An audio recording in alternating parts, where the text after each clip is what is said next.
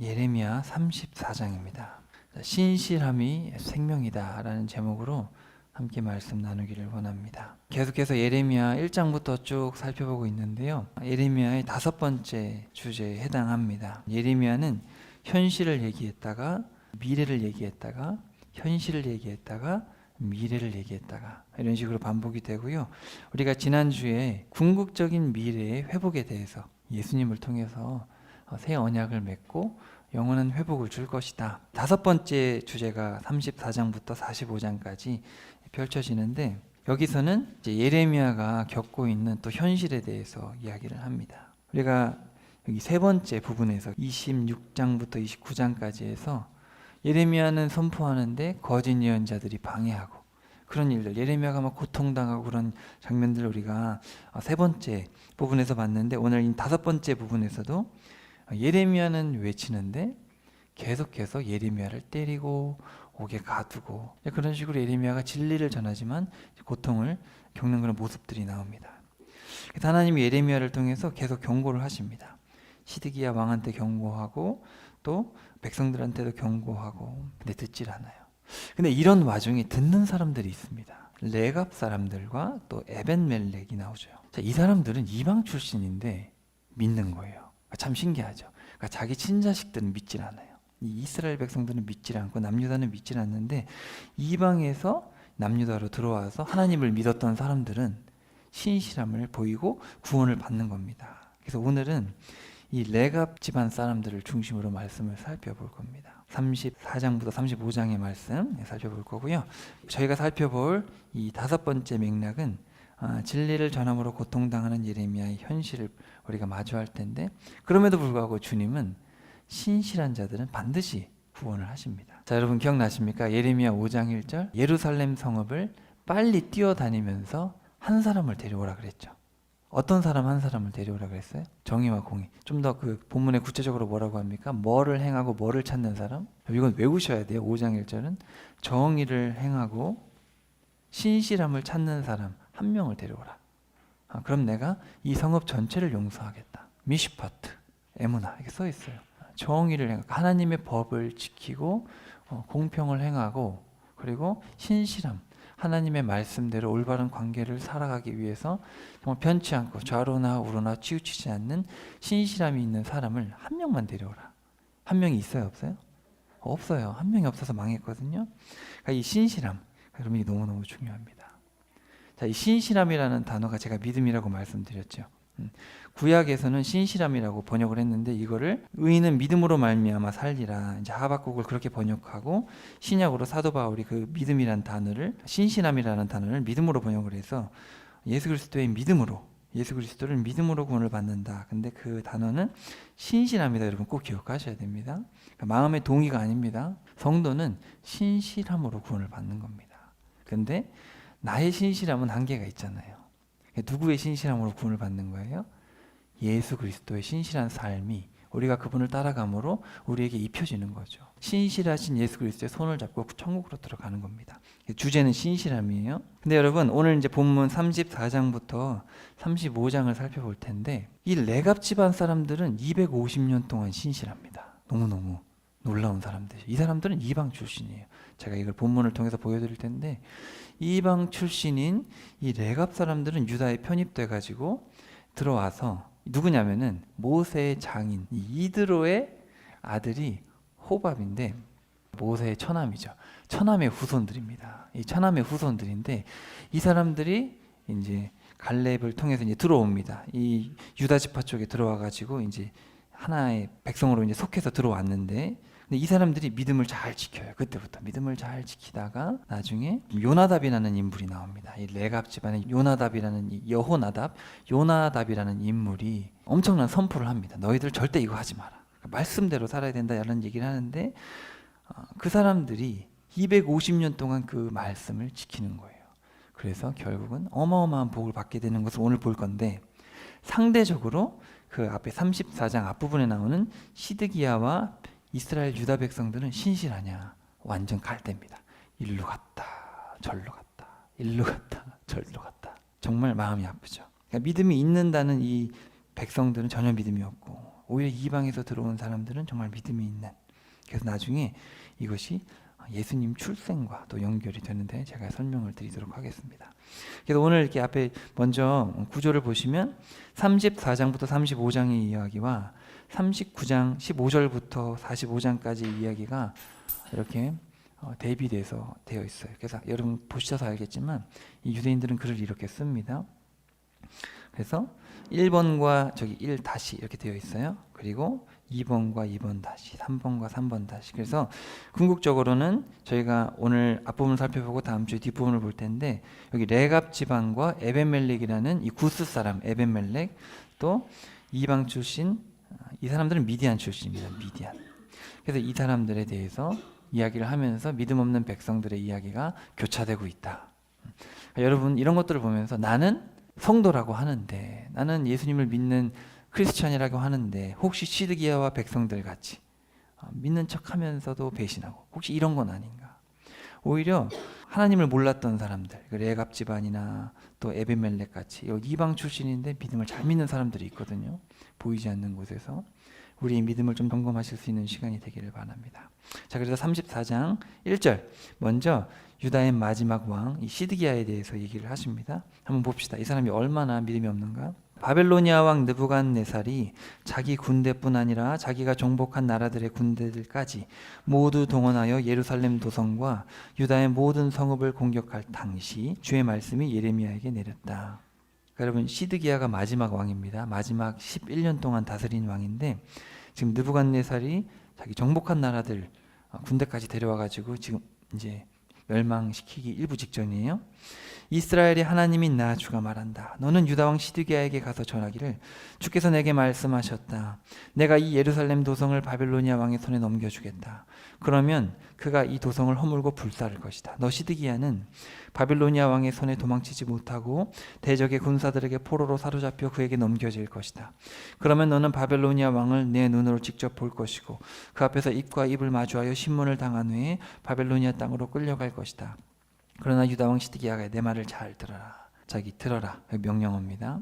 여러분 다시 말씀드리면 히브리어는 명령어가 있어요. 한국말로 명령어처럼 보이지만 명령어가 아닐 수도 있습니다. 근데 여기 유일하게 등장하는 명령어가 이거예요. 들어라. 안 들으면 끝나는 거예요. 들어야 돼요. 시드기야가 안 듣죠.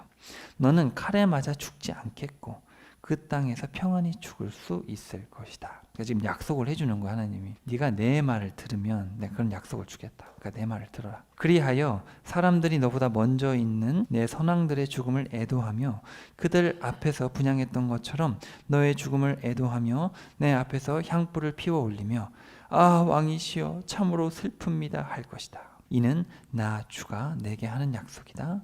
여호와의 신탁이다. 이렇게 써 있어요. 본문에 보면 여기 지금 번역은 안 해놨지만 여호와의 신탁이다. 여호와의 엄중한 말씀이 이렇게 써 있습니다. 나중에 보면 나오지만 이 시드기야라는 사람이 예레미야한테 얘기를 들어요. 그래서 예레미야 우리 어떻게 해야 되냐. 왜냐하면 죽기 일부 직전이니까 다급한 마음에 예레미야를 부르는데 예레미야는 왕이시여 잡혀가시면서 합니다. 근데 시드기야가 뭐라 그러냐면 내가 왕인데 잡혀가면 백성들이 날 보고 뭐라 그러겠습니까? 이러거든요. 그러니까 사람 눈치를 계속 보는 거예요. 뒷부분에 나와요. 근데 지금 여기서 뭐라 그러냐면 그러지 마라. 백성들이 그렇게 안 한다. 그리고 네가 죽으면 너를 슬퍼할 것이고 애도도 해줄 것이다. 그러니까 네가 잡혀만 가면 바벨론에 대들지 말고 잡혀만 가라. 그게 내 뜻이다. 이제 그런 얘기를 하는 겁니다. 예언자 예레미야는 예루살렘 왕궁에 있는 유다 왕 시드기야에게로 가서 이 모든 말씀을 전했다. 그때 바벨로니아 왕의 군대는 예루살렘 도성을 비롯하여 유다의 남은 성읍들을 공격하고 있었는데 당시 요새화된 유다의 견고한 성읍들 가운데서 정복당하지 않고 남은 성읍들이라곤 라기스와 아세가 두 성읍뿐이었다. 라기스와 아세가는 예루살렘 남서쪽에 있는 두 성읍이에요. 그러니까 이제 두 개 남고 예루살렘 남고 다 정복당했습니다. 그러니까 이제 멸망하기 일부 직전이죠. 그러니까 하나님도 지금 다급한 겁니다. 이 주의 백성들을 멸망시키고 싶지 않은데 그리고 좀 있으면 끝날 판인데 시드기야가 계속 버티고 있으니까 말 안 듣고 그러니까 마지막으로 다시 한번 약속해 주시는 거죠. 내가 평안히 죽게 해줄 테니까 제발 말 들어라. 하나님도 대단하시죠. 저 같았으면 이렇게 못했을 것 같아요. 800년 넘게 900년 가까이 말을 안 듣는 사람들에게 과연 이렇게 할 수 있을까? 하나님이 정말 참고 또 참고 정말 끝까지 참으시는 거죠. 멸망하기 지금 몇 년 전일 텐데 그때까지 참으시면서 이렇게 약속을 해주시는 겁니다. 근데 시드기야가 말 안 들어요. 결국에는 이런 어떤 하나님의 마지막 경고와 약속이 담겨 있고요. 자, 8절로 갑시다. 자, 백성들은 말을 듣느냐 봅시다. 자, 유다왕 시드기야가 예루살렘의 모든 백성들과 언약을 맺고서 모든 히브리 종들을 풀어주어 그들에게 자유를 주기로 선포한 후에 주의 말씀이 예레미야에게 내렸다. 야, 시드기야가 갑자기 하나님 말씀을 듣는 거예요. 말 안 듣는 사람이. 뭐냐면은 원래 히브리 사람들 동족이잖아요. 동족을 종으로 삼았을 경우에는 6년 동안 썼다가 7년째 무조건 해방시켜야 됩니다. 하나님이 법으로 제정을 하셨어요. 동족을 노예로 삼으면 피차간에 안 좋잖아요. 그리고 사람을 노예로 계속 쓰면 그 노예의 인생이 어떻습니까? 그러니까 무조건 6년 쓰고 어떤 조건이 됐든 노예가 됐으면 6년은 쓰되 7년째는 무조건 풀어줘야 되는데 한 번도 그렇게 한 적이 없어요. 이스라엘 백성들이. 맨날 부려먹고. 결국 이게 어디서 오냐면 돈에서 오겠죠. 돈이 많은 사람들은 동족이지만 돈이 없는 사람들을 고용해서 쓰는 거겠죠. 노예로. 결국은 빈부격차죠. 자, 그 언약은 이러했으니 누구든지 자기 동족은 히브리 남종이나 여종을 소유한 경우에 그들을 모두 풀어주어 자유롭게 하고 앞으로 더 이상 동족인 유다 사람을 종으로 삼지 않는다는 것이었다. 그리하여 이 언약에 참여한 예루살렘의 모든 관리들과 백성들은 왕의 뜻에 순복하여 자신들이 소유한 히브리 남종들과 여종들을 모두 풀어주어 자유롭게 해주었다. 뭐 뻔하죠. 하나님한테 좀 잘 보이면 나아질래나 아니면 백성들의 좀 환심을 사기 위해서 이런 짓들을 한 겁니다. 본심이 아니에요. 근데 역시나 11절 보시면 그러나 이후에 사람들의 마음이 바뀌었다. 그래서 사람들은 한때 풀어주어 자유롭게 해주었던 히브리 종들을 다시 붙잡아 각기 자기들의 종으로 부렸다. 그때 주의 말씀이 주께로부터 예레미야에게 내렸다. 이스라엘의 하나님이 나주가 말한다. 내가 이집트 땅에서 오랜 세월 종살이를 하던 너희 조상들을 이끌고 나올 때 그들과 언약을 맺고 이르기를 너희는 너희 동족 히브리 사람들 가운데서 너희에게 종으로 팔려온 자가 있더라도 7년이 되면 그를 풀어주어 자유롭게 해주어라. 6년 동안 종으로서 너희를 섬겼으니 그 다음해인 제 7년째에는 그를 풀어주어 자유롭게 해주어야 한다. 하였지만 너희 조상들은 내 말을 귀담아 듣지 않았고 내 말을 따르지 않았다. 이스라엘 백성들이 여호수아 이후에 율법을 지킨 적이 거의 없어요. 그러나 최근에 너희가 마음을 돌이켜서 내가 보기에 옳은 일을 행하였다. 곧 너희들 각자가 종으로 삼고 있던 너희 동족 히브리 남녀 종들에게 자유를 선포하고 내 이름으로 불리는 나의 거룩한 집에서 내가 보는 데서 계약을 맺기까지 하였다. 그러니까 이제 시드기야가 다급한 마음에 백성들의 환심도 사야 되고 성전에 가가지고 이런 좋은 일을 한 거죠. 근데 좀 나아지기도 하고 또 생각해보니까 또 아깝잖아요. 노예들이 아까우니까 마음을 바꿔버린 거예요. 그런데 이제 너희가 마음을 바꿈으로써 내 이름을 크게 더럽히고 말았다. 하나님의 이름으로 이런 일을 자행하고 나서 하나님의 이름을 더럽게 한 거죠. 처음에는 너희가 계약대로 히브리 남종들과 여종들을 모두 풀어주어 그들을 자유롭게 해주었으나 이제 계약을 깨뜨리고 또다시 그들을 붙잡아다가 너희에게 굴복시켜 노예로 부리고 있다. 그러므로 나주가 말한다. 너희가 내 말에 복종하지 아니하고 계약을 깨뜨려 너희들 각자가 동족인 히브리 남녀종들에게 자유를 선포한 것을 실행하지 아니하였으므로 나도 너희와 맺은 언약에서 자유롭게 벗어날 것이다. 여호와의 신탁이다. 거기 써 있습니다. 여기 17절 맨 위에 써 있는 나주가 말한다. 이 단어가 거기 써 있어요. 나도 너희와 맺은 언약에서 자유롭게 벗어날 것이다. 여호와의 신탁이다. 여호와의 말씀이다. 그렇게 돼 있어요. 본문에 보면. 그러니까 너희들이 내 약속을 안 지키면 나도 내 약속을 지키지 않는다. 이런 얘기입니다. 그러니까 우리가 하나님의 약속을 모르고 내 마음대로 사는데 하나님도 구태여 우리와의 약속을 지키실 필요가 없는 거죠. 여러분 이스라엘 백성들과 하나님이 맺은 계약이 무슨 피로 맺었죠? 송아지 피를 뿌리면서 맺은 부부관계 같은 거예요. 그러니까 하나님과 이스라엘이 무슨 관계가 있었던 게 아니거든요. 그렇지만 동물의 피를 뿌리면서 이제 부부 같은 그런 언약을 하나님이 남편이 되고 이스라엘이 아내가 되는 그런 계약을 맺었습니다. 부부는 뭐예요? 남편만 잘하면 돼요? 아내만 잘하면 돼요? 둘 다 잘해야 돼요. 둘 다 잘해야 돼요. 쌍방이 잘해야 돼요. 쌍방이 합의를 한 거예요. 그러니까 하나님도 레위기에 보면 뭐라 그러냐면 너희들이 계약을 지키면 복을 받고 계약을 안 지키면 저주를 받는다. 이렇게 되어 있습니다. 일방적이지 않아요. 쌍방이 해야 돼요. 쌍방이. 그러니까 지금 여기 얘기하시는 거죠. 니네가 언약을 안 지키는데 그럼 나도 언약에서 자유로워진다. 나도 너희들을 보살펴줄 의무가 없다. 이렇게 말씀을 하시는 거죠. 그렇지만 신약 시대는 다르죠. 지난 시간 살펴봤듯이. 아무튼 그래서 여기서 하나님께서 되게 가슴 아픈 이야기를 하시는 거죠. 나도 너희와 맺은 언약에서 자유롭게 벗어날 것이다. 여러분 지금 기분이 좋아서 하신 얘기면 되게 안 좋으신 겁니까? 엄청 안 좋은 얘기죠. 그러니까 아내가 남편한테, 남편이 아내한테 당신이 나한테 해준 게 없고 계약도 안 지키지 않냐, 결혼할 때 신혼할 때 약속 지킨 거 이런 거 있지 않냐, 당신도 안 지키면서 내가 왜 지키냐, 이렇게 되지 않겠습니까? 하나님도 딱 그런 거예요. 너희를 칼과 전염병과 기근에 넘겨줄 것이다. 그리하여 너희를 온 세상 모든 나라들과 민족들 가운데 산산이 흩어버릴 것이다. 보라, 너희가 내 앞에서 계약을 맺으면서 맹세의 표시로 송아지를 반으로 쪼개놓고 그 사이를 통과함으로써 계약을 반드시 지킬 것을 내 이름으로 엄숙하게 다짐하지 않았느냐. 근데 안 지켰단 말이죠. 그런데도 너희가 맹세를 실행하지 않음으로써 그 계약을 깨뜨리고 말았다. 그러므로 내가 쪼개놓은 송아지 사이로 지나간 모든 사람들, 유다와 예루살렘의 지도자들과 왕실의 관리들과 제사장들과 이 땅의 모든 백성들을 반드시 기억하고 있다가 내가 그들 모두를 너희 목숨을 노리는 너희 원수들의 손에 빠짐없이 다 넘겨주겠다. 그러면 너희는 꼼짝없이 죽게 될 것이고 너희 시체는 그대로 버려져 공중의 새들과 땅의 짐승들의 먹이가 될 것이다. 또 내가 역시 계약을 깨뜨린 유다 왕 시드기야와 이 나라의 고관들의 목숨도 그들의 생명을 노리는 그들의 대적들의 손에, 곧 지금은 잠시 너희에게서 물러가 있는 바벨로니아 왕의 군대의 손에 다 넘겨주겠다. 그러니까 이게 재밌죠. 이 사람들이 바벨로니아 왕이 잠깐 어디 가니까 마음이 풀어진 거예요. 그러니까 바빌로니아가 막 쳐들어와가지고 우리를 때리고 있으니까 왕총들을 풀어주고 환심을 사야겠다 한 거죠. 근데 바빌로니아 왕이 잠깐 어디 간 거예요. 이집트에서도 도와주러 올라오거든요. 그때 이제 이집트 막 싸우려고 바벨로니아 왕이 잠깐 나가기도 하고 뭐 그렇단 말이죠. 그러니까 그런 틈을 타서 이 사람이 잠시 방심해가지고 또 다시 어이 바벨로니아 왕이 물러갔네. 너희들 다시 데려와 이렇게 된 거죠. 다 가짜예요, 가짜. 그러니까 그들이 했던 그 순종은 가짜 순종이었던 거죠. 진짜 순종이 아니죠. 그러니까 신실하지 않는 거예요.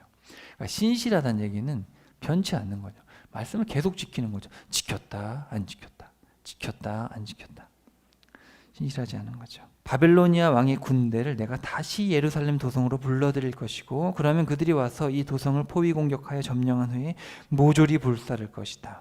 그리하여 내가 유다의 성읍들을 철저히 황폐하게 만들어 아무도 살 수 없는 폐허가 될 것이다. 왕이나 고관들이나 백성들이나 하나같이 기회주의자죠.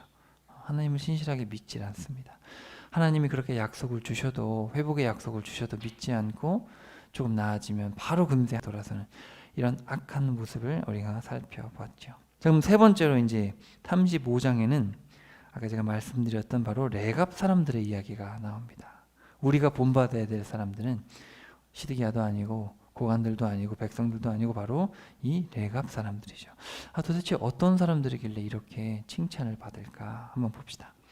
요시아의 아들 여호야김이 유다의 왕위에 올라 나라를 다스릴 당시 주의 말씀이 예레미야에게 내렸다. 그러니까 여호야김이니까 시드기야 전입니다. 시드기야는 마지막 왕이고 여호야김은 시드기야 전이죠. 그러니까 여호야김은 이 시드기야의 형이죠. 여호야김은 둘째 아들이고 시드기야는 셋째 아들이거든요. 이제 둘째 아들 여호야김이 먼저 왕이 됐었죠. 자, 여호야김이 유다의 왕위에 올라 나라를 다스릴 당시 주의 말씀이 예레미야에게 내렸다. 예레미야야, 너는 레갑 집안의 사람들에게로 가서 그들을 성전의 한 방으로 데려와서 그들에게 포도주를 마시도록 내놓아라. 그래서 나는 하바시냐의 손자요 예레미야의 아들인 야아사냐와 그의 형제들 및 그의 모든 아들들을 비롯하여 레갑 집안의 사람들을 모두 데리고 주의 집 곧 성전에 이르러 한 방에 들렸다. 그 방은 익다라의 아들인 하나님의 사람 하나님의 아들들이 사용하는 방으로서 관리들의 방 곁에 있었고 살룸의 아들로서 성정문을 지키던 문지기 마아세아의 방 위쪽에 있었다. 성전에 어디 가가지고 한 방이 있었던 거죠. 그 방에서 나는 포도주가 가득 담긴 대접과 함께 잔을 건너면서 레갑 집안의 사람들에게 마시기를 권하였다. 본문에 보면 마셔라 명령하고 있어요. 명령어요. 레갑 집안 사람들에게 마셔라 이렇게 이야기를 한 거예요. 그러나 그때 그들이 내게 대답했다. 우리는 포도주를 마시지 않겠습니다. 그것은 우리의 조상인 레갑의 아들 요나답 어른께서 우리에게 명하여 이르시기를 너희와 너희 자손들은 영원히 포도주를 마시지 말아라. 너희는 또 너희를 위하여 정착할 집을 짓지 말고 곡물에 씨앗도 뿌리지 말며 포도원을 일구거나 소유하지도 말고 평생 동안 천막을 치고 살아라. 그래야 너희가 나그네로 머무는 이 땅에서 오래도록 살아갈 수 있을 것이다 하였다. 왜 이런 말씀을 하셨을까? 그건 이따가 살펴보겠습니다. 어쨌든 자, 레갑의 아들 요나답이 등장하는 게 250년 전입니다. 여러분 예후 장군 아십니까? 엘리사 때 예후 장군이 나오는데 아합이 너무 악한 거예요. 이세벨과 결혼해가지고 바알과 아세라를 가져와가지고 온 북이스라엘 전체가 그냥 우상 천지가 된 거예요. 그러니까 도저히 안 되겠다 싶어서 이제 아합의 집안을 끝내버려야겠다. 그때 쓰임 받은 게 바로 예후입니다. 그래서 이 예후가 완전히 그냥 아합의 아들들 다 죽이러 갈 때 바로 이 레갑의 아들 요나단이 동참하게 됩니다. 이 요나답이 같이 가서 한 거죠. 근데 예후가 죽이고 나서 완벽했느냐? 그렇지 않았어요. 이 예후도 베델과 단에 이 송아지를 놔두고 그러니까 우상 숭배를 완전히 버리지 못했던 거죠. 그러니까 이 요나답이 이 위기, 나라의 위기 가운데 있는데 안 되겠다. 그래가지고 북이스라엘이 예후의 어떤 혁명에도 불구하고 계속해서 죄악으로 가고 있으니까 자녀들을 불러서 얘기한 거죠. 포도주 마시지 마라. 그리고 너네 집지을 생각하지 말고 우리는 유목민이다. 유목민으로 살아라. 이런 식으로 명령을 했던 겁니다. 왜냐하면 완전 바알 숭배로 물들어가는 이 이스라엘이 동화되지 않기 위해서, 구별되기 위해서 그렇게 얘기를 했던 거예요. 제가 좀 이따가 자세하게 설명드릴게요. 자, 그래서 우리는 우리의 조상인 레갑의 아들 요나답 어른께서 우리에게 명하신 모든 말대로 순종하여 지금껏 우리와 우리의 아내와 우리의 자녀들이 일평생 포도주를 마시지 아니하였고 우리를 위해 정착해서 거주할 집도 지은 일이 없으며 포도원이나 논밭이나 곡물의 씨앗도 일조를 소유하지 않은 채 오직 천막을 치고 살아감으로써 우리는 우리의 조상 요나답 어른께서 우리에게 명령하신 것들을 그대로 철저하게 실천하였습니다. 여러분 250년 동안 포도주 안 마시고 집 안 짓고 사는 게 쉽습니까? 다른 모든 사람들은 쾌락을 즐기고 좋은 집 짓느라 난리죠. 그죠? 그리고 맨날 좋은 차 타고 그리고 부귀영화 씨앗 뿌리고 이렇게 먹는 건데 지금 말로 하면 돈이잖아요. 모든 사람들은 돈 아파트 맨날 그런 얘기 하잖아요. 다 그런 얘기 하고 있는데 이 사람들은 집 필요 없다. 돈 필요 없다. 우리는 세상과 타협하지 않는다. 여러분 말이 그렇지 250년 동안 말씀을 지키면서 살아가는 게 쉽습니까? 쉽지 않잖아요. 근데 했단 말이죠. 그러나 바벨로니아 왕 느부갓네살의 군대가 쳐들어왔을 때 우리가 말하기를 갈대아 사람들의 군대와 수리아 사람들의 군대가 이 땅에 쳐들어왔으므로 우리가 어쩔 수 없이 잠시 동안 예루살렘 성읍 안으로 도피하자 하고 결정하였습니다. 그런 이유로 지금 우리가 예루살렘 성읍 안으로 들어와 살고 있는 것입니다. 그러니까 원래 이 사람들은 유목민이니까 도시에 안 살고 시골에서 그냥 텐트 치고 사는 거예요. 250년 동안. 그런데 이제 쳐들어왔으니까 어쩔 수 없이 성 안에 들어온 거죠. 그때 주의 말씀이 예레미야에게 내렸다. 너는 가서 유다 백성들과 예루살렘 주민들에게 이렇게 전해라. 이르기를 전능하신 만군의 주 이스라엘의 하나님께서 말씀하셨다. 너희가 이제는 마음을 돌이켜 내 말을 듣고 내 교훈을 받아야 하지 않겠느냐? 자 봐라. 레갑의 아들 요나답이 자기 후손들에게 명령한 것은 그대로 지켜지고 있다. 그가 자기 후손들에게 포도주를 마시지 말라고 명령했으므로 레갑 집안의 사람들이 조상의 명령에 순종하여 오늘날까지 포도주를 마시지 않는다.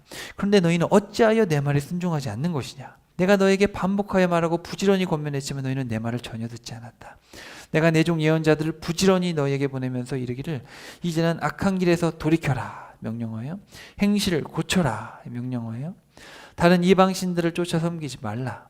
그러면 내가 너희와 너희 조상들에게 준 이 땅에서 오래도록 살아라. 이 명령입니다. 세 가지 명령어가 있어요. 돌이켜라, 고쳐라, 살아라.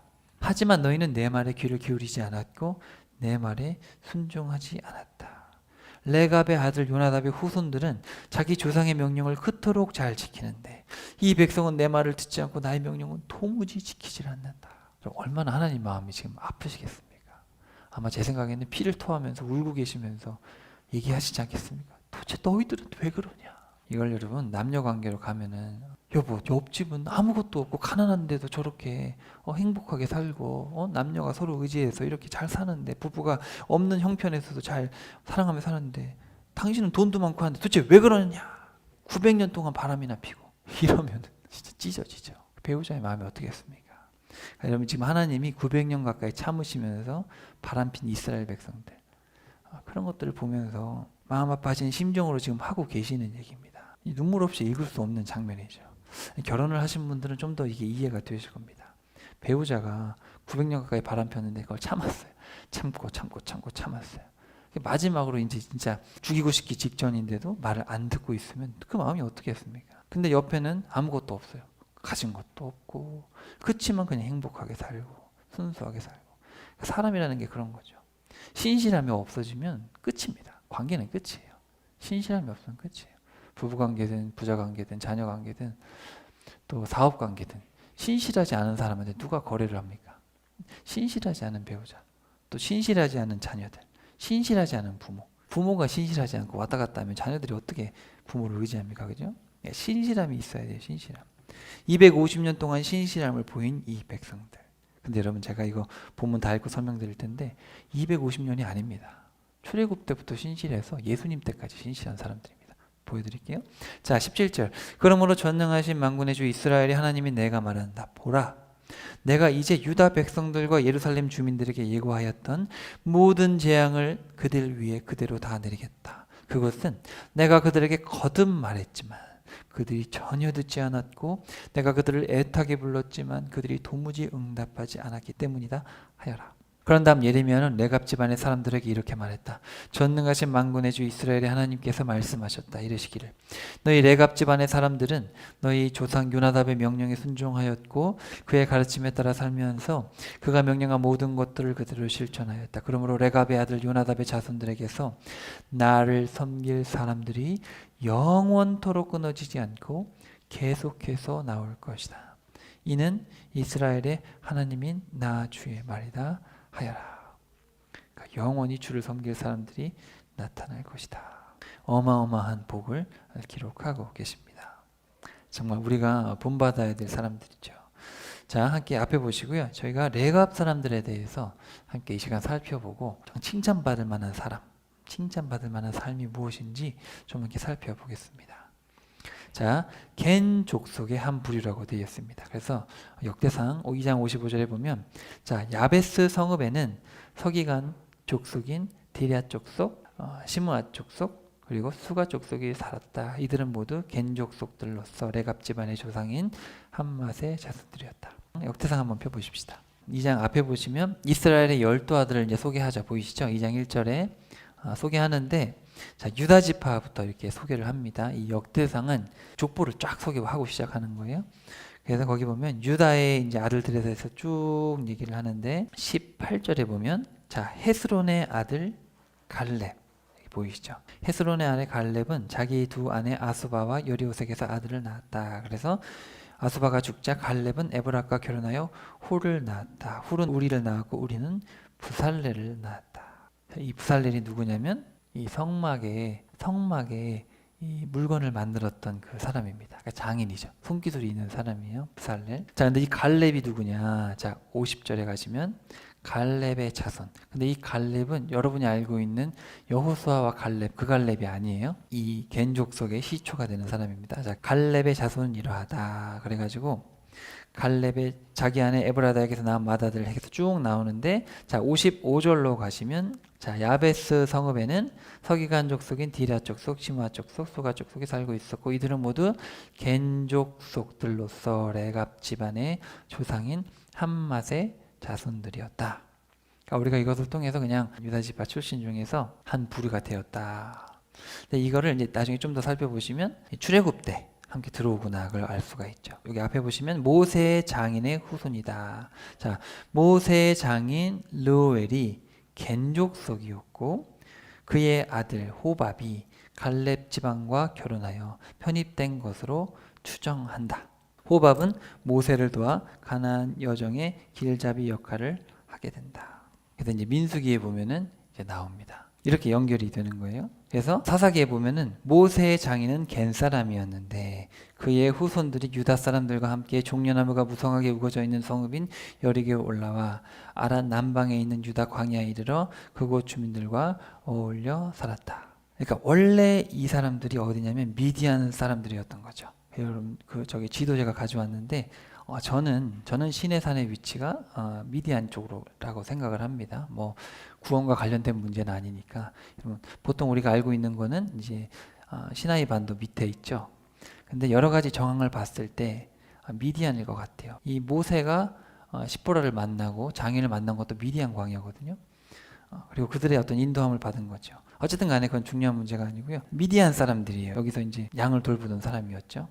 그래서 어쨌든 이 미디안 출신인데 이 사람들이 나중에 이제 들어와 가지고 이제 집안이 이제 유다 쪽으로 편입이 된 겁니다. 편입이 돼서 이 유다 지파의 출신 갈렙의 후손들, 그죠? 이쪽이랑 이제 연결이 돼 가지고 붙어서 돼서 이제 이스라엘 사람이 된 거죠. 이방 사람이. 근데 어디 살았냐면은 아란 남방에 있는 유다 광야에 이르러 거기서 살았다.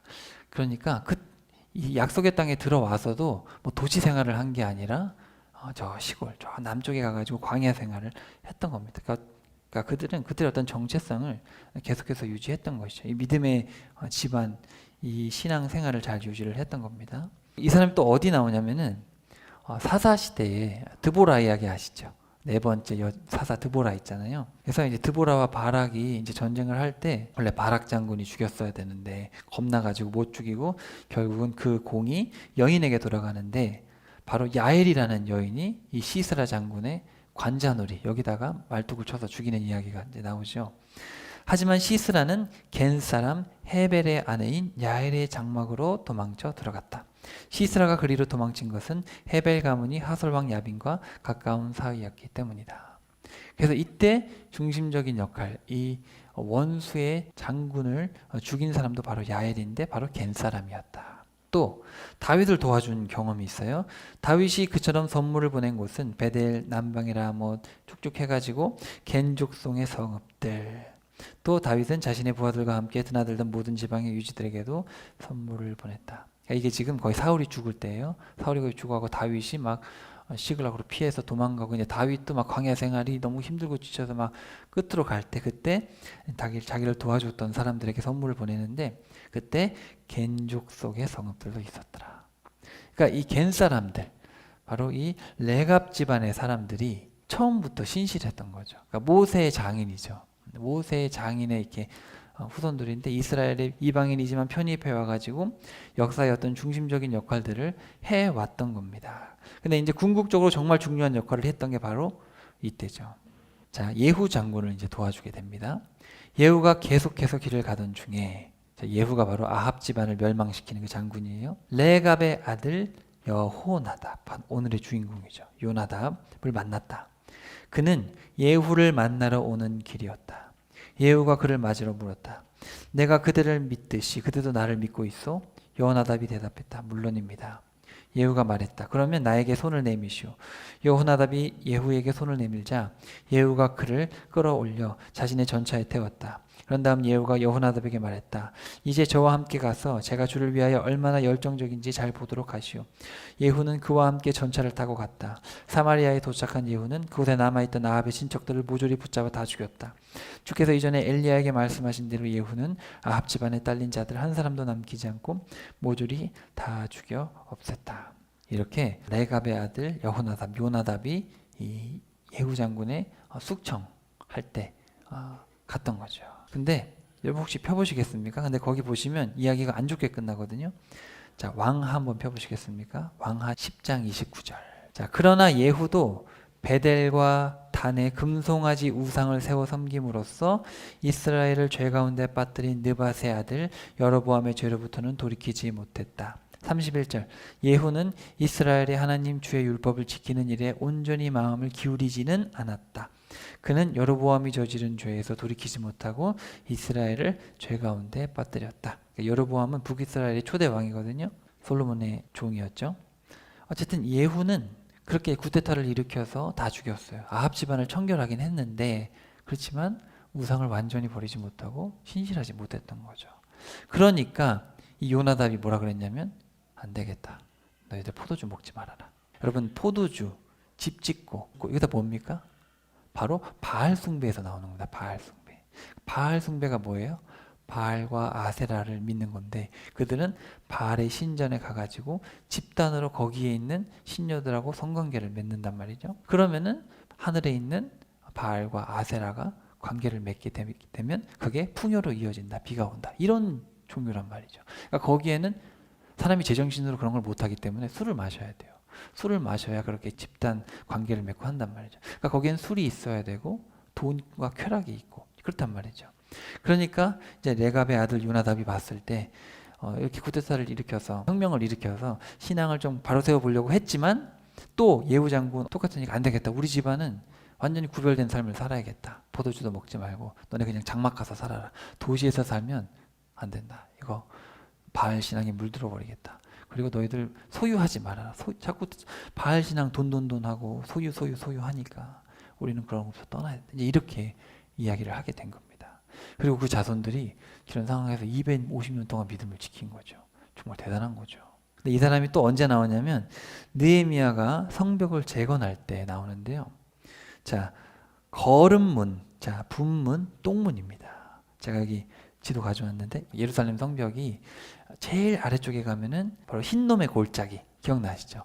바로 바알 신당 세워놓고 아기들 태워 바치는 그게 저 남쪽 끝에 있어요. 거기 쓰레기 소각장입니다. 그리고 성 안에서 생겼던 모든 똥이나 이런 쓰레기들을 버리는 곳, 그 문이 바로 분문이에요. 똥문. 거기는 벳학게렘의 지역의 지도자인 레갑의 아들 말기야가 맡았다. 자, 벳학게렘이 어디냐면 베들레헴과 예루살렘 사이에 있는 그 동네 언덕이에요. 거기. 근데 거기 있는 사람 바로 레갑 사람들, 레갑 집안의 사람들이 와가지고 거기를 맡았다는 거죠. 여러분 누가 쓰레기 소각장 청소하고 싶겠습니까? 여러분 정말 겸손한 사람 아니고 정말 헌신적인 사람이 아니면 누가 분문 같은 데 가가지고 성벽을 재건하겠습니까? 냄새나고 쓰레기 소각장인데. 그러니까 여러분 이 레갑 집안 사람들이 지금 벌써 이 느헤미야 때면은 1000년입니다. 1000년. 그 이드로 그때부터 시작해가지고 지금 1000년에 오기까지 믿음이 변치 않는 거예요. 아, 이게 정말 대단한 믿음이죠. 신실한 거예요. 정말 굳은 일, 아무도 가고 싶어하지 않을 만한 그 똥문에 가가지고 거기서 성벽을 재건하는 일을 맡았던 거죠. 정말 대단하지 않습니까? 그는 자기 아들들과 함께 대문을 세우고 문틀을 얹고 문짝을 단 다음 빗장과 자물쇠도 만들어 달았다. 여러분 아시겠지만 바벨론 포로 생활 70년 하고 와서 와보니까 다 부셔져 있잖아요. 다 부셔져 있으니까 와서 다 재건했단 말이죠. 에스라도 오고 스룹바벨도 오고 느헤미야도 오고 와가지고 다 재건을 했잖아요. 근데 그때 레갑 사람들이 한 거죠. 여기 잘 보시면 자 벳학게렘이라는 이름의 뜻이 포도원의 집이라는 뜻입니다. 포도원. 근데 여기가 베들레헴과 예루살렘 중간에 위치한 언덕으로 대대로 양치던 목자들이 있었어요.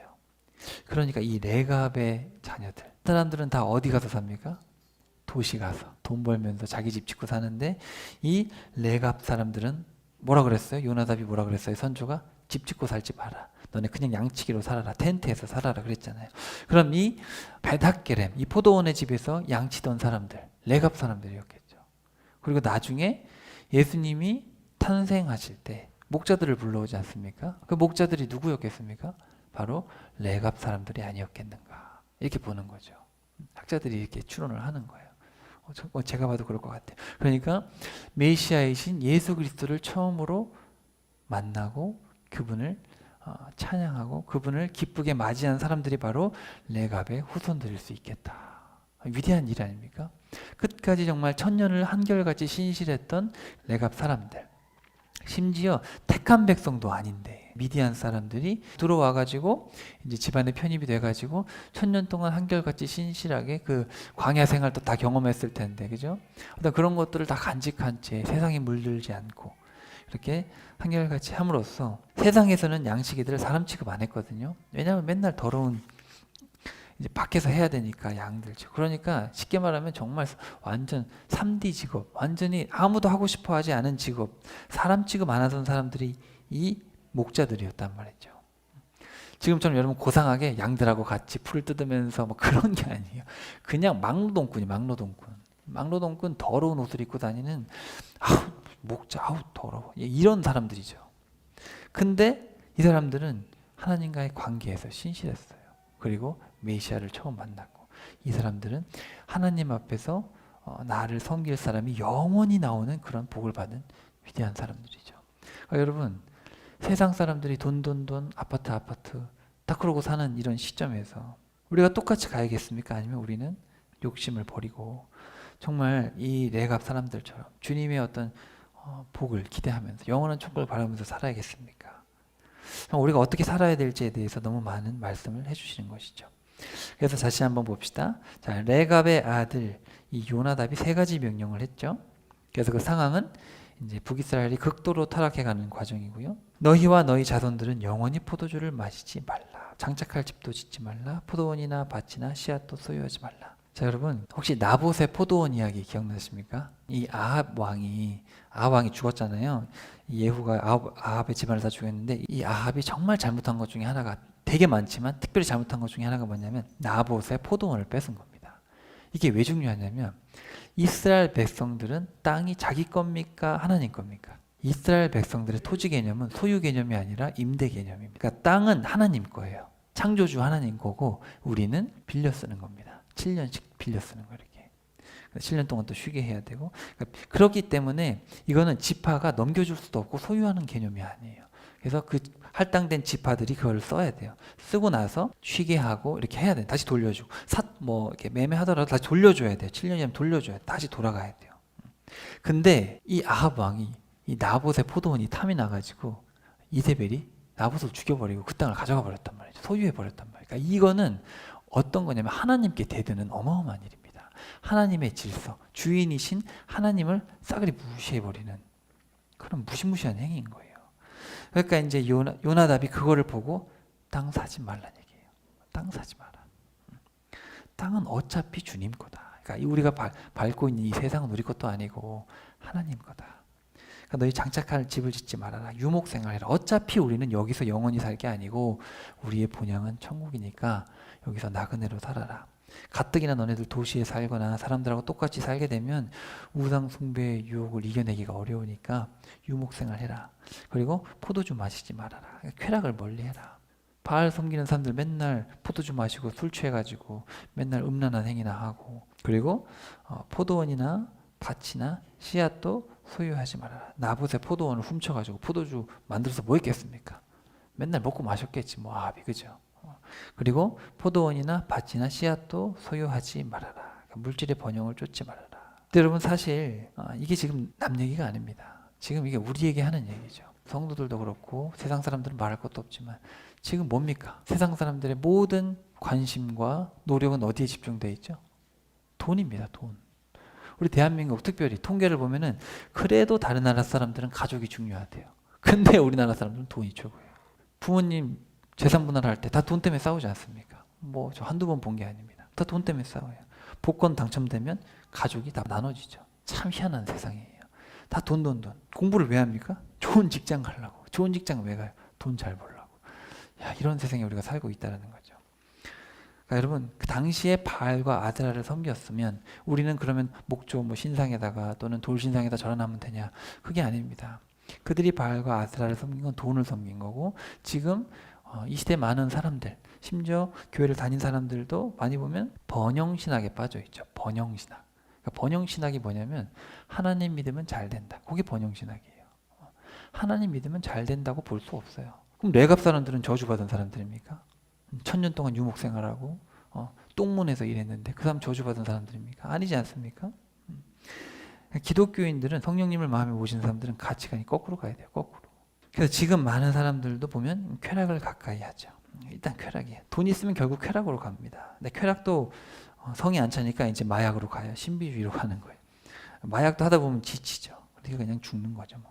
참 비참한 삶을 살아갑니다. 그러니까 사실 이것이 꽤 오래된 얘기죠. 벌써 2500년 전 이야기이긴 하지만 바로 그때부터 지금까지 사람은 변한 게 없다라는 겁니다. 지금도 사람들은 돈 따라서 쾌락 따라서 여러분 아닌 것 같지만 잘 보세요. 아닌 것 같지만 잘 보세요. 왜 그렇게 돈 많은 사람들이 음란하고 맨날 이혼하고 마약에 빠지고 연예인들 맨날 마약에 빠지지 않습니까? 그러니까 사람이 가는 길은 다 똑같습니다. 돈 있으면 될 것 같죠. 돈이 많은데 허무해요. 그러니까 쾌락을 쫓아요. 쾌락을 쫓아보니까 허무해. 마약, 신비주의로 가요. 마약으로 가고 신비한 종교를 찾아가요. 아무것도 없어요. 자살이에요. 이 인간이 다 똑같아요.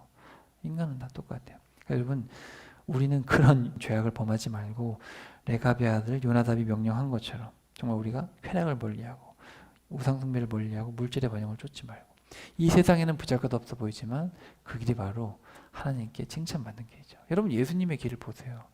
예수님 머리 들 곳도 없죠. 집 없어요. 3년 반 공생애 하시면서도 얼마나 맨날 욕먹고 맨날 고통 중에서 사셨습니까? 맨날 말을 안 들으니까. 정말 우리 주님도 그렇게 사셨죠. 그러면서 십자가를 지고 나를 따르라. 그렇지 않으면 내 제자가 아니다. 그렇게 말씀하시지 않았습니까? 근데 왜 이렇게 교회는 크게 짓고 돈하고 돈 많으면 싸우고. 자, 그래서 열왕기하 24장 14절에 가시면 이런 얘기가 있어요. 이제 느부갓네살이 쳐들어왔어요. 느부갓네살 왕은 예루살렘의 모든 백성들을 포로로 잡아갔다. 무려 1만 명에 달하는 예루살렘의 관리들과 용사들을 비롯해서 예루살렘의 모든 장인들과 대장장이들을 포로로 끌고 갔다. 자, 이게 1차 포로입니다. 1차 포로. 학자에 따라서 뭐 606년이 1차라고도 하지만 제가 보기에는 이때가 1차 포로 같아요. 이때 1차 포로가 이때 다니엘과 이제 친구들 뭐 에스겔 이런 사람들 다 잡혀갔던 거예요. 자, 그리하여 그 땅에는 가장 비천하고 가난한 자들만 빼고는 남은 사람들이 없었다. 성경에 나와 있지 않지만 이 중에 레갑 사람들이 있지 않았을까? 레갑 사람들 뭐 집도 없고, 그죠? 가진 것도 없고 목축 양치던 사람들이 이제 텐트. 느부갓네살 왕이 이 사람들까지 데려갔겠습니까? 안 데려가죠. 그러니까 결국은 하나님의 말씀을 듣는 사람들은 다 사는 겁니다. 그러니까 신실한 사람들은 살아요. 어떤 심판이 오고 어떤 아픔이 오고 어떤 고통이 와도 신실한 사람들, 가진 게 없으면 빼앗길 일도 없고, 그죠? 신실하게 욕심 없이 살면 칭찬받을 만한 삶을 사는 거죠. 결국은 이 레갑 집안의 사람들, 이 천년의 순종이 결국 예수님을 만나는 그때까지 가게 되었더라. 정말 놀라운 집안이 아닐 수가 없겠습니다. 자, 그래서 오늘 34장부터 35장의 말씀을 우리가 함께 살펴봤습니다. 택한 백성임에도 불구하고 하나님의 자녀라고 생각함에도 불구하고 시드기야와 백성들은 가짜 신앙이었어요. 신실하지 않았어요. 이렇게 되면 이렇게 하고 이렇게 하면 이렇게 하고. 근데 지금도 그럴 때가 많죠. 일이 잘 풀리면 하나님의 은혜, 일이 안 풀리면 하나님 뭐 왜 그래요? 이렇게 그러게 하나님 원망하고. 하나님은 저와 여러분을 실족하게 하실 분이 아니죠. 틀에 백합화도 보살피시고 참새 한 마리 떨어뜨리지 않으시는 분이 저와 여러분을 버려두시겠습니까? 근데 우리가 왜 그분을 원망하고 그분이 우리를 보살피지 않을 거라 생각하시죠? 그분은 처음부터 끝까지 영원토록 우리에게 신실하신 분이시죠. 문제는 우리가 신실하지가 않는 거예요. 우리가 돈 때문에 흔들리고 사람 때문에 흔들리니까 그런 거지, 하나님은 항상 우리에게 신실하신 분이십니다. 여러분 믿으십니까? 그분은 한 번도 저와 여러분을 실망시키신 적이 없어요. 우리가 우리 때문에 실족한 거죠. 자, 그럼에도 불구하고 이런 시드기야와 백성들에도 불구하고 이 레갑 집안 사람들은 하나님께 영원한 복을 받았더라. 우리는 그 레갑 집안의 사람들을 본받아 살아가야 될 줄로 믿습니다. 그래서 오늘 설교 함께 나눴는데요. 신실함이 생명이다. 여러분 과연 내가 신실한 삶을 살고 있는지 꼭 보시기를 바랍니다. 마음이 가난한 자는 천국이 그들의 것이다. 세 번째, 온유한 자들. 그죠? 그 온유라는 단어가 뭔지 아십니까, 여러분? 온유는 성품을 얘기하는 게 아니에요. 성경에서 말하는 온유함이라는 것은 신실함입니다. 좌로나 우로나 흔들리지 않는 게, 말씀을 딱 받았으면 말씀대로 사는 게 온유한 거예요. 그래서 모세가 온유했더라 되어 있죠. 온유했더라. 모세는 성격이 불같았죠. 그렇지만 온유했어요. 그러니까 온유했단 말은 말씀대로 가는 거예요. 그런 사람이 하나님께 복을 받는 것이죠. 그래서 신실함이 생명이다. 그래서 여러분 하나님의 말씀에 신실하시기를 바랍니다. 그래서 말씀대로만 살면 돼요. 말씀대로만 살면 되는데 말씀을 모르면 그렇게 못 삽니다. 그래서 여러분 꼭 말씀을 잘 배우셔야 돼요. 너희 자녀들에게 가르쳐라. 문에도 붙이고 이마에도 붙이고 팔도 말씀을 감싸서 말씀을 가까이 해라. 한 주간 성경 얼마나 읽으셨어요? 교과서 열심히 읽죠. 알바할 때 열심히 일하죠. 하지만 핸드폰 열심히 보지만 우리가 성경을 얼마나 읽었나 여러분 스스로 잘 판단해 보시기 바랍니다. 비중이 반반이면 괜찮을 것 같은데 성경을 전혀 안 읽었다. 죄송하지만 여러분은 하나님 사랑하는 게 아닙니다. 잘 판단을 해보셔야 돼요. 전 여러분이 정말로 신실함 속에 들어가서 하나님과 올바른 관계에 들어가서 구원받기를 바라는 거지 전 여러분을 정죄하는 게 아닙니다. 저에게도 하는 말이고 우리는 정말로 이 신앙에 대해서 진지하셔야 돼요. 그리고 세상과 타협하지 마라. 여러분 타협하시면 안 돼요. 공부해야 된다고 성경 안 보고 교회 안 나오고, 글쎄요 저는 고3이 돼서 교회를 안 나오는 게 글쎄요 이해하기 어렵습니다. 세상과 타협하지 마라. 그리고 신실한 가문을 세워라. 요나답이 믿음의 가문을 잘 세워서 어마어마한 복을 받지 않았습니까? 여러분이 가정의 구성원이라면 여러분의 가정을 위해서 정말 애쓰셔야 됩니다. 자기 자녀를 돌보지 않으면 하나님께 혼나죠. 그러니까 신실한 가문을 세우셔야 돼요. 이 요나답이 얼마나 믿음으로 키웠으면 250년 동안 그 말씀을 지켰겠습니까? 그리고 이드로는 믿던 사람도 아니었는데 출애굽을 겪으면서 이드로도 하나님을 믿게 되지 않았겠어요? 십보라도 그렇고. 모세를 통해서 하나님을 만나고 창조주 하나님을 섬기는데 그 믿음이 천년을 갔죠. 그러니까 이 위대한 가문 아닙니까? 왕인 것도 아니고 하지만 보잘것없는 목자이지만 그렇게 하나님께 칭찬을 받았던. 그래서 여러분 우리 세 가지 말씀에 신실해라, 그리고 세상과 타협하지 말아라, 신실한 가문을 세워라. 이 세 가지 말씀을 여러분 마음에 잘 새기고 우리 남은 여생 그렇게 신실하게 살아가실 수 있기를 간절히 소망합니다. 우리 레갑 사람들을 우리가 기억하면서 또 메시아를 만났던 그 목자들을 생각하면서 우리도 예수님 재림하실 때 나도 레갑 사람들처럼 신실한 삶을 살아서 예수님 재림하실 때 기쁨으로 주를 만나리, 그런 마음을 가지고 한평생 승리하시길 주님의 이름으로 축복합니다.